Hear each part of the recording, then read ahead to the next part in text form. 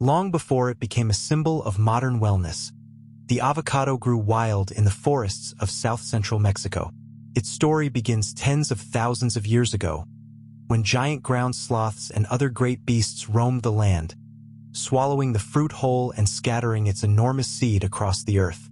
When those creatures vanished, the avocado should have followed them into extinction. Instead, a new gardener arrived.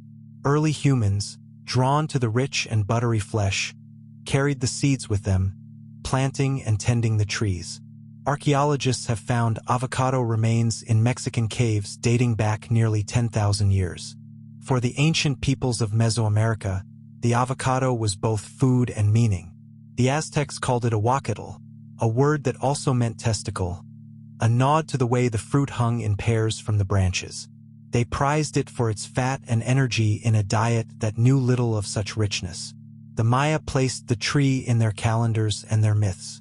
When Spanish conquistadors arrived in the 16th century, they recorded the strange green fruit and carried it across the ocean, scattering it through the colonies of a growing empire.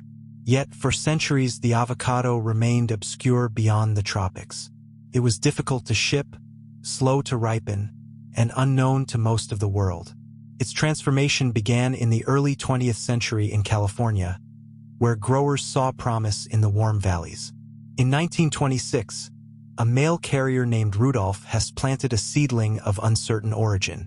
The tree produced a dark, pebbled fruit that traveled well and tasted superb. Nearly every avocado eaten today descends from that single Hess tree. Even then, the fruit struggled with its image. For decades, it was sold under the name alligator pear, and marketers fought rumors that it was fattening. Slowly, through advertising and ambition, the avocado was reborn as a luxury, then as a staple. By the turn of the 21st century, global demand had begun to climb at a pace few crops have ever matched. To understand the boom, one must understand the tree. The avocado is demanding.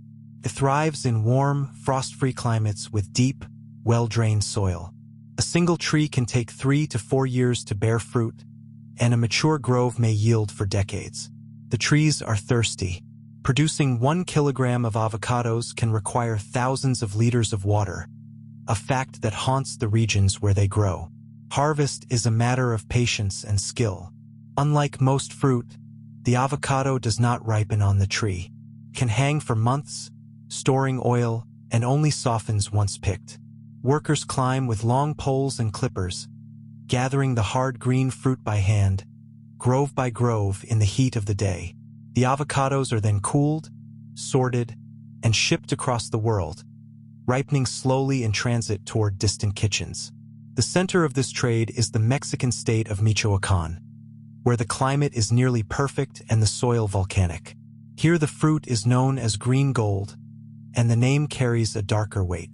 The wealth of the avocado has drawn the attention of criminal cartels, who extort growers, seize land, and tax every truck that leaves the orchards. Forests are cleared illegally to plant more trees, draining water tables and felling pine that once sheltered wintering butterflies. The cost is counted in more than money. In avocado regions, rivers run low and wells run dry. Communities that once grew food for themselves now grow a single crop for foreign tables. And still the demand rises, fed by a world that has come to love the fruit on toast, in oil, in salads, and at every celebration. The avocado today is a paradox. It is celebrated as healthy, natural, and pure, yet its journey carries the marks of deforestation, thirst, and violence. It feeds millions and enriches a few. It is ancient and modern at once, a fruit shaped first by vanished beasts, then by human hands, and now by the appetites of a global age. In every smooth green slice lies a question we are only beginning to ask. What are we willing to pay, and who pays it, for the things we love to eat?